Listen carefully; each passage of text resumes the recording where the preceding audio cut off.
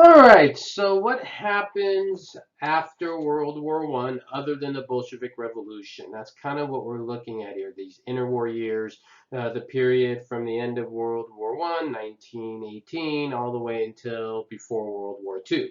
We talked about the Bolshevik Revolution as being one of the important impacts, but of course there were other impacts as well from World War One. So this is going to kind of continue on this story that I said is a really big theme of what World War One did. I said it come up over and over and over again, and we're still on it in this other lecture. So this is the first thing we start with, right? Right after the war ends, one of the things that happens is what is called the Paris Peace Conference, 1919. This is when you have these big fours, they're called, and you can see them all in this image. David Lloyd George from England, George Clemenceau from France, Woodrow Wilson from the United States, and Victor Orlando from Italy. So, of course, I always get all these words down.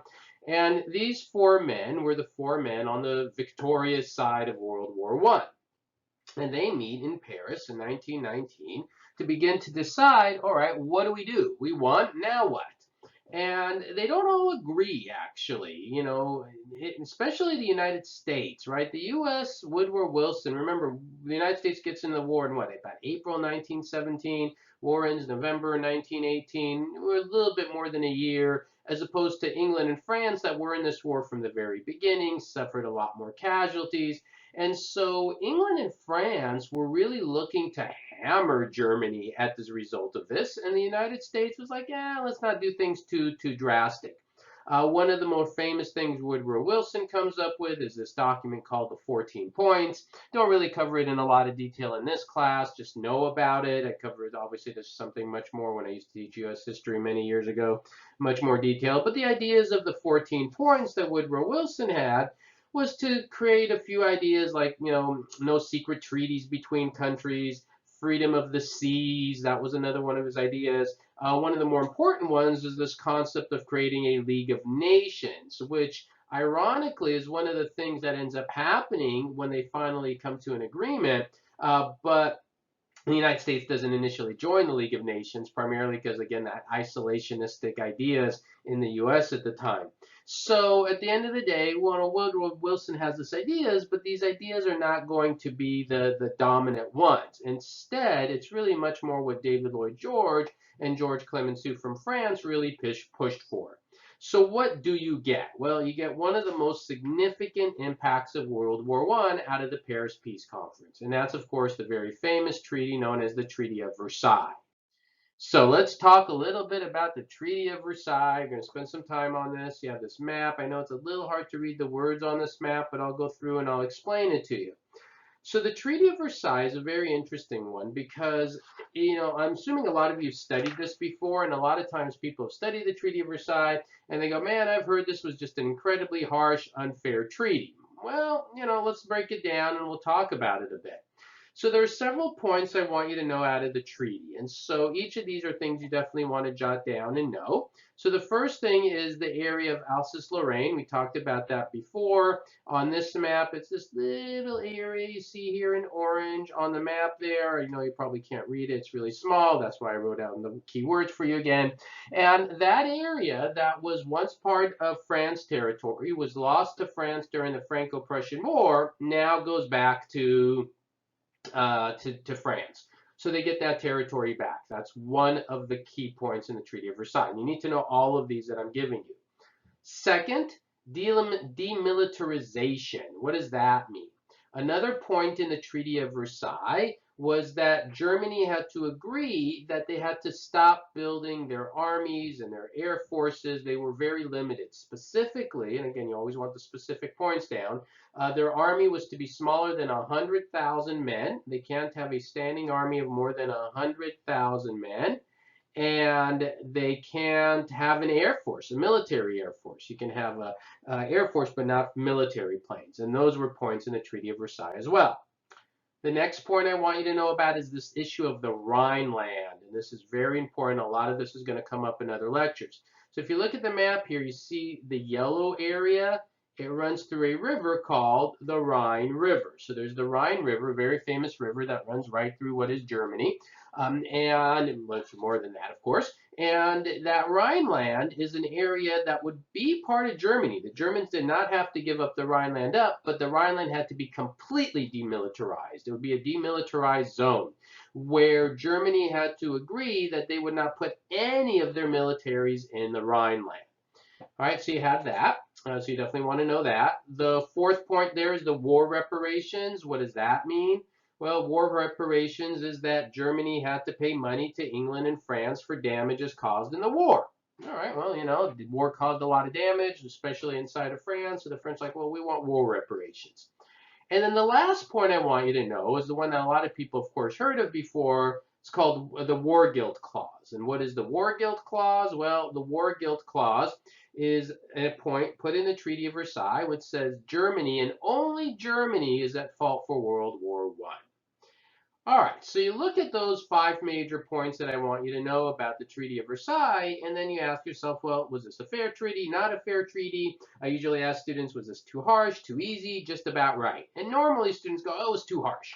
And was it too harsh? Well, I used to think that too, and then I read this book years ago called War and Genocide by a woman named Doris Bergen.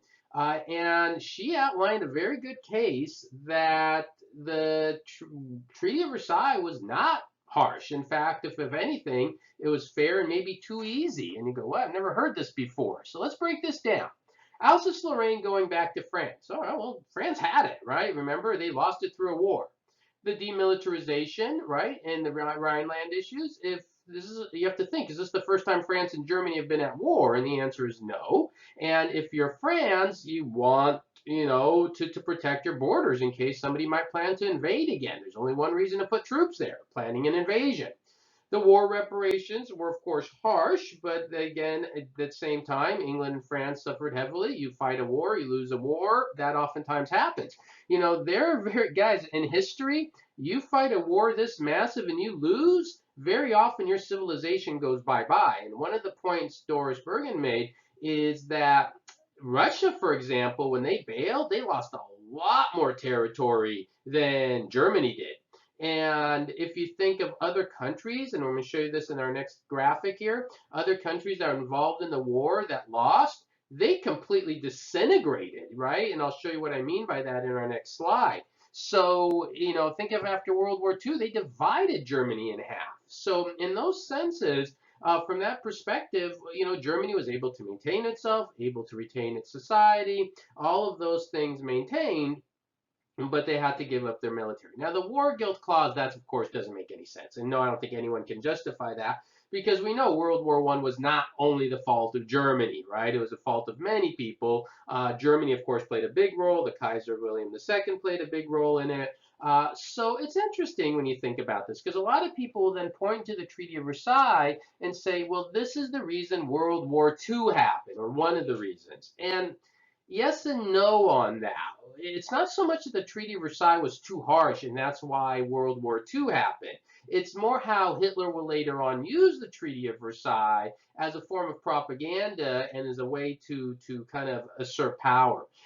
So it's an interesting discussion, actually, in terms of the levels of this harshness of this treaty or not. It's kind of something, if you want to pick up that book, you could read it and kind of gets into a little more detail. For our purposes, I mainly want you to know the key points of the Treaty of Versailles that I outlined here. We're going to come back to those points in another lecture. So that's all very important. You need to know all of that. All right, so I hope all that's clear.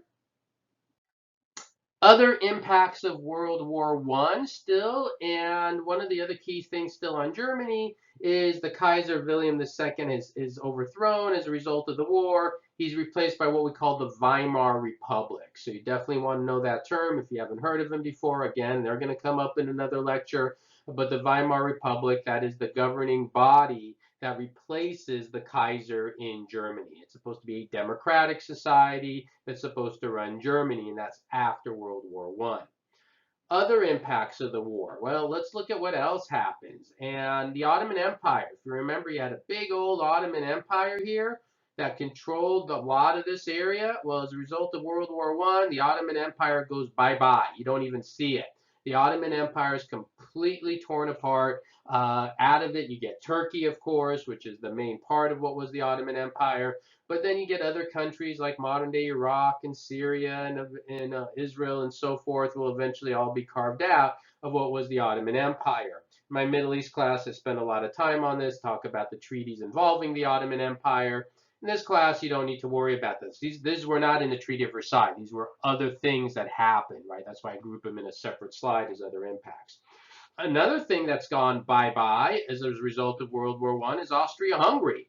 It's no longer there. What happens? Well, Austria-Hungary is carved up as well, and you get, all these areas lost by Austria-Hungary. And by the way, I know it's really hard to read these maps well. It's really small, but this is why your textbook is there too for you. So use your book to help you with all this. And I just put the key words. But basically, they separate Czechoslovakia, Romania. All of these are areas, Hungary, that are going to be carved out of Austria-Hungary Empire. So that's a really good example, again, going back to what I was talking about, the Treaty of Versailles. Germany maintained itself. Austria-Hungary just, completely fragmented as a result of this. So these are really important political impacts of World War I. So we had a kind of whole lecture on the Bolshevik Revolution. So you need to know that. You need to know, of course, the Treaty of Versailles. You need to know all of these other impacts on these other nations as a result of the war. Another one, Poland. Poland is back. So another part of the impacts of World War I is Poland will gain its independence again. That's worth noting as well. All of these things are important in terms of World War I. It really changes the map of Europe dramatically as a result of the war. So one of the other major impacts you have after World War I is this really important event known as the Spanish flu. Now, is this a direct impact of World War I, or is it something unrelated? Well, a little bit of both. Obviously, you have this, massive flu epidemic. What World War I apparently did is help, move it around the globe so quickly because everyone was coming back from the war. And so World War I just comes to an end, and then you get this massive flu that's going to kill globally anywhere between about 20 to maybe 60, 70, 80 million people. It's hard to gauge those numbers. We don't have as accurate numbers back then as we do today. But we do have some pretty good numbers from US to give you some perspective on this, that the flu killed about 675,000 Americans. At that time, our population, you could see there was 103 million people, and if you do the math, apparently it translates to something like 0.6% of the US population. COVID in 2020, if you look at the numbers that has taken in 2020 and the percentage of the US population, it's something closer like 0.08%, maybe 0.07%, just in that 1 year of the first year of COVID, right? If you look at that, it's much smaller of a number. And if you think of what COVID did to our society, obviously the deaths, but not just the deaths, the shutdown, and then what the shutdown did to our society, the economics, the depression, the anxiety, all the other consequences of shutting down everything. And as you can see, if you look at the numbers, it's not nearly as bad as what the Spanish flu was. And then just to give you some extra perspective, if you think of what happened like the bubonic plague in the Middle Ages, that killed anywhere from about 35 to 40, 50% of the population. And so that's just like, end of the world stuff, I'm sure, at that point, if you look what COVID did. And so, that gives you perspective. Now, why does all this matter? Well, when you take the Spanish flu and you take this massive also remember, World War I killed 9 million people. The Spanish flu, even if it's the low number of 20 million, it's more than World War I, right? And so you combine that with World War I, and you can begin to think how this is really going to take a psychological toll on people.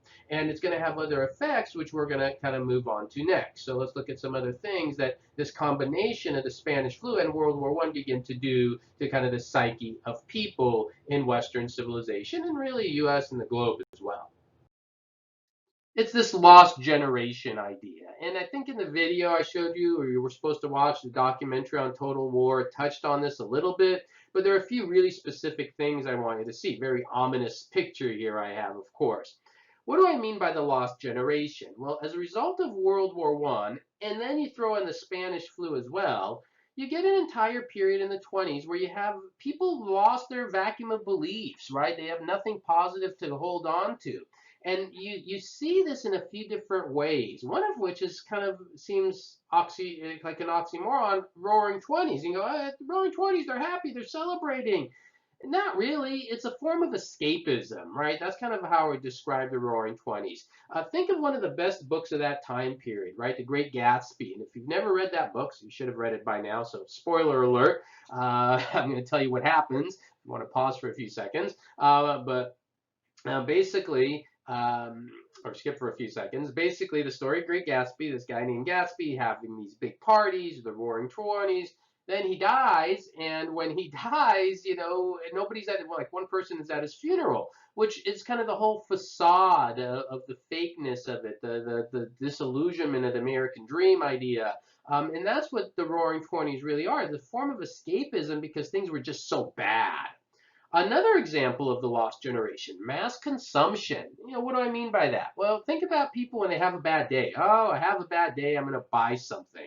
Well, all of Europe had a really bad day or many years, and they're going to do mass consumption. They're just going to buy stuff, right? Just to make yourself feel better. That's an example of kind of this lost generation. A third example of the lost generation is the rise of hate groups. What do I mean by that? Again, vacuum of belief. So in the United States, the growth of the Ku Klux Klan. Not a surprise really, because people are upset, they're angry, and when people are upset and angry, and when people feel like victims, that's always the worst thing to do is make yourself feel like a victim. You gravitate to pretty hateful groups. And the Klan, will blame everybody. We'll blame blacks, we'll blame Jews, we'll blame everybody for the problems that ensue. And because people were looking for a reason, those groups grew dramatically. That's in the United States. In Europe, communism, Nazism, they're going to take off in the 30s, especially 1930s, and 20s and 30s respectively. And so that's what I mean. That's the lost generation also. And even the art, right? I mean, here's this again example, another Otto Dix image. And you see very dark art that comes immediately after the war. Now, I don't want you to think all the art's going to be like this in the 1920s, but there is definitely this idea of the lost generation, and I think that's important to understand in terms of the psychological and social impacts World War I has as well. It's not just all political. All of these things are affected. And that's why I gave you that Wilfred Owen poem, because I wanted to show you how it affects everything, poetry and art and consumption and political. It's all of this stuff is touched on it. So I hope all that's clear. Okay. Next, another pretty big event in the interwar years, and this again something you cover in a lot more detail in U.S. history, the Great Depression. So what is the Great Depression about? What happens? 1929, of course, is when it begins.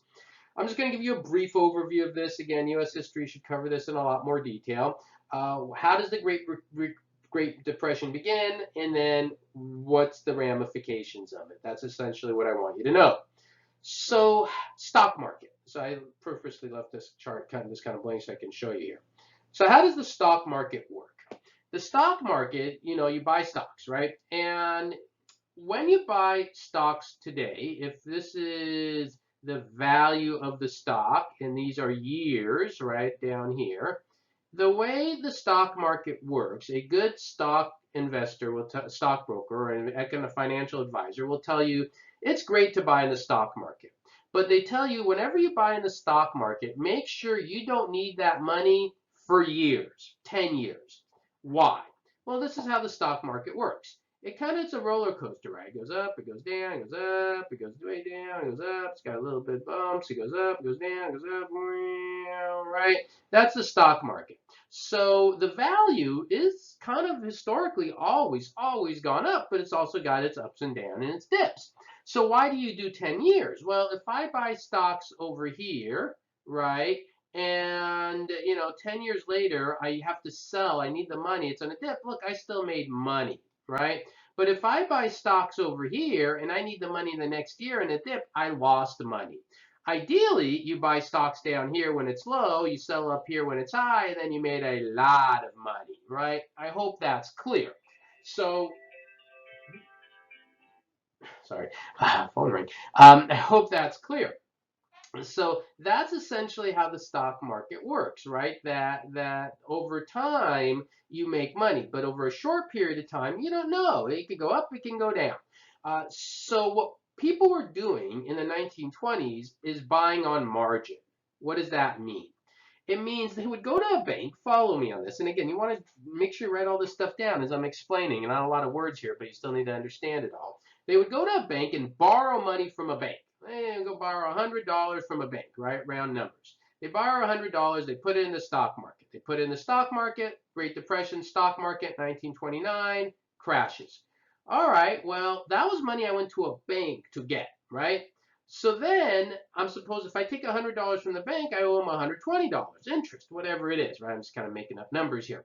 And so you go to the stock market crashes, that $100, let's say, is now worth only $60 because the stock market crashed. I owe the bank 120. So the bank comes to my door and says, hey, you owe us 120. Go, well, I only got 60. The rest of it's gone. So people were not only waiting, not doing the whole wait 10 years thing, they were borrowing money from a bank to buy stocks. This is just, you don't do that, right? It makes no sense. It's not how you're supposed to do finances. This is what kind of, same thing with the housing market that collapsed in the, was it early 2000s. It's people were going and buying houses that they couldn't afford because they said, no, the value is going to go up forever. No, it doesn't work that way. You have to make sure you can afford the house. Then you go and you buy it. And so people were not doing that.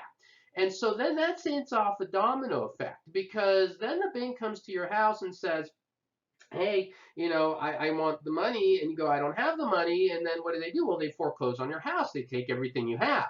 Meanwhile, let's say another person didn't invest in the stock market. They just have hundreds of dollars in their banks, right? Or thousands of dollars in the bank.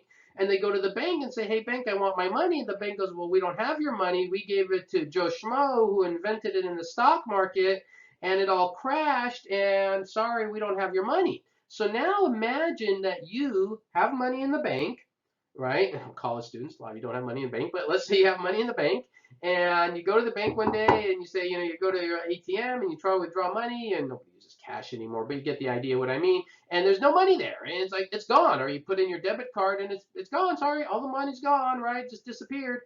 That'd be panic, right? That would be real economic panic. And that's exactly what happens. Banks begin to shut down. And when banks shut down, well, all heck breaks loose. Remember what we talked about? I think it was one of the first lectures this semester on the importance of the banking industry. So now what happens? Well, as banks shut down and that all goes away, now you're in a situation where, if there's no banks, you can't have work. You can't, businesses can't function. If a business can't function, they can't hire people. And then you get the biggest effect of the Great Depression. Unemployment goes way up. How high does unemployment go? Well, depends when and where you are, but 15, 20%. And in Europe, where we're really concerned, it's really a double hit, right? Because they get hit through the war, they get hit through the Great Depression, plus the Spanish flu. So now in Europe, it's just a mess. And you will have in places like Germany, unemployment pushing 25, 30%, which is just astonishing. So this is going to devastate European economics. It's going to hurt the United States as well dramatically. And people then say, well, what finally brings an end to the Great Depression? Well, this is where you get into economics. And I think I heard it once say, find me a one-armed economist so he can't tell me well on the other hand, because there's a lot of different views on economics. There is one guy I want to talk about, a man named John Maynard Keynes. Because John Maynard Keynes comes up with something called Keynesian economics. What is this? You need to know this. He develops an idea during these years of the Great Depression that it's good to go into deficit spending. What does that mean? If a country brings in $1,000 a year, he says, go ahead, spend $2,000. So you collect 1,000, spend 2,000. Go into debt. It's okay. And the idea is you use that extra money, you give people money, you stimulate the economy, then they go buy, they go open up shops, whatever it is, and then the economy comes back and then you could pay off the debt. Well, this is a very important idea in economics. Why? Because we've started to use it and then we've never stopped using it. And the effect of Keynesian economics is that every year we spend more than we have coming in. So if our national budget is $4 trillion, we spend $5 trillion or 4.5 trillion. And then if you get hit by an economic market crash, something like COVID, and then you have to go into more deficit spending, then it never ends. And this is the problem. What we've done is we've used Keynesian economics without crises. We've used Keynesian economics day to day, year to year. And then when there's a crisis, we add on top of it. Why does all this matter? Well, go look at your national debt right now of the country. It's just been growing like crazy in over periods of time. So for example, when President Obama came into office, it was like 10 trillion. By the time he left, it was 20 trillion. And during the Trump administration, it already jumped up, part of it because of COVID, of course, jumped up to like 25 trillion. Because at one go, we just added $2 trillion basically in spending that we didn't have revenues.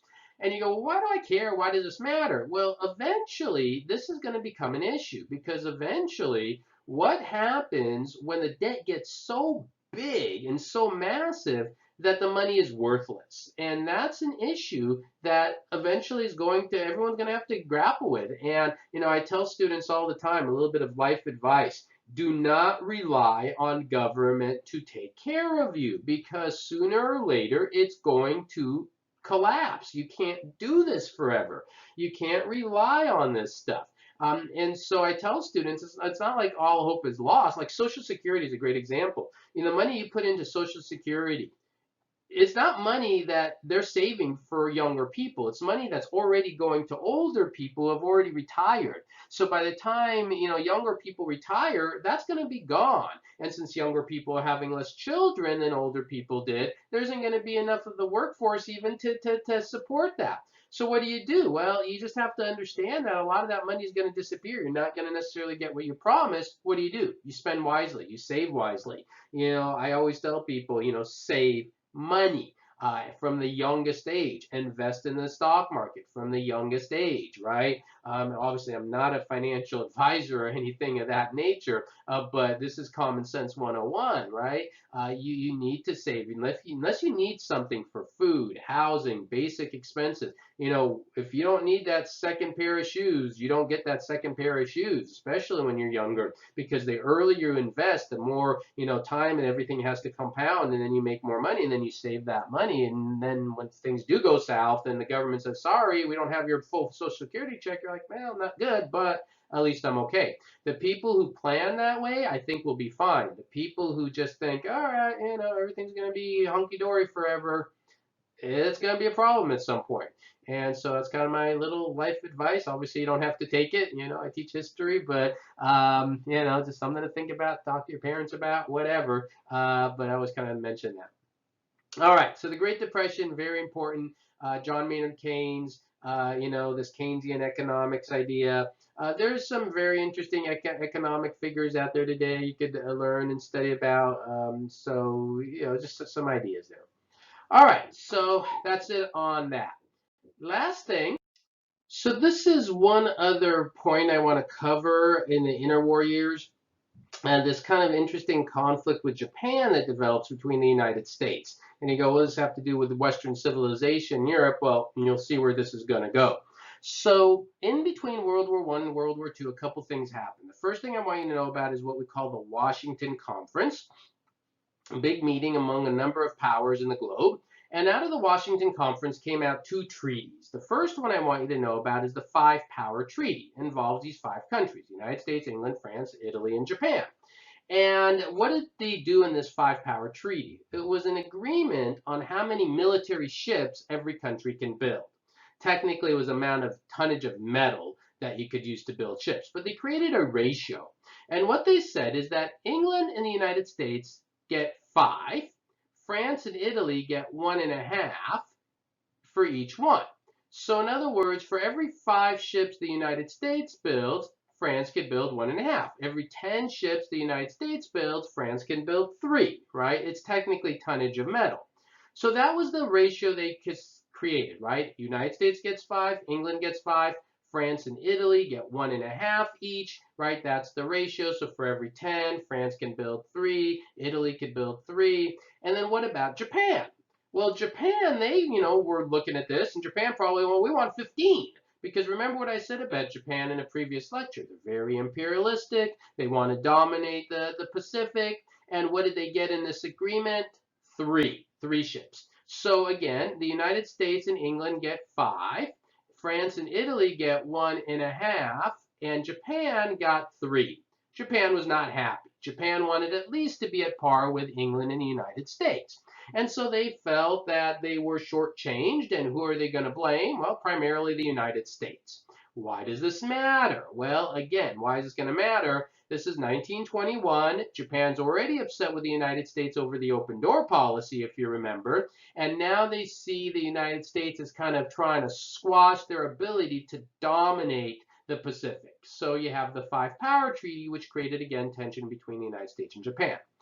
Also out of the Washington Conference, you had the Nine Power Treaty, same 5 countries and 4 others, you don't need to know them. And what did the Nine Power Treaty do? It basically reinforced the open door policy and said, open door policy, good. Again, who's not happy? Japan. So Japan doesn't like the Five Power Treaty, they don't like the Nine Power Treaty, and again, in both instances, they're going to blame the United States. So this Washington Conference definitely created tensions between the US and Japan. About 10 years later, another important event that created tension is something called the Stimson Doctrine. What is the Stimson Doctrine? Well, Japan had become very aggressive, and Japan was already looking at China as a place they wanted to completely dominate and control. The United States saw this, and the United States was very concerned about Japan moving into China. So much so that there was even discussion of going to war against Japan over this. That didn't happen, but instead in 1931, the Secretary of State of the United States, a man named Stimson, issued the Stimson Doctrine, which stated the following, that the United States would never recognize any land Japan takes over in China as being part of Japanese land. All right, I'll say that again so you make sure you get it down. That the United States would never recognize any land Japan takes over in China as being part of Japanese land. So if Japan takes over a piece of China that can hold on it for 1,000 years, as far as the United States goes, nope, it's not part of Japan. Japan hated the Stimson Doctrine. They're like, wait, if we conquer parts of China, who are you to tell us that it's not our nation, right? We conquered it, it's ours. And the United States says, nope, we're not going to acknowledge it. Why? Well, the U.S. was very concerned about the imperialistic nation of Japan. Obviously, there's a rivalry with Japan, but there was also kind of the moral perspective of it. And I don't know how familiar you are with this, but one of the things Japan is going to do when they move into China is this horrific event known as the Rape of Nanking. And this is when, of course, they went into China, they massacred countless numbers of people, raped, killed, murdered. If you know anything about World War II and what Japan did to American soldiers during World War II, that's, of course, later on. This was a very brutal nation. And this is something the United States was also concerned about. It's interesting with history and how history is taught in countries. And, I always kind of amazed by this. You go to Germany, they teach about the Holocaust. You go to the United States, you learn about slavery. And it's impossible to leave high school, let alone college, without learning about slavery in the United States, right? It's not something like, oh, it didn't happen. Of course, we talk about it, we teach it. It's a big part of any U.S. history curriculum as well. It should be. It's a big part of our history. You go to Japan, they don't deny the rape of Nanking, they just don't talk about it. You go to Turkey, the Armenian genocide never even happened.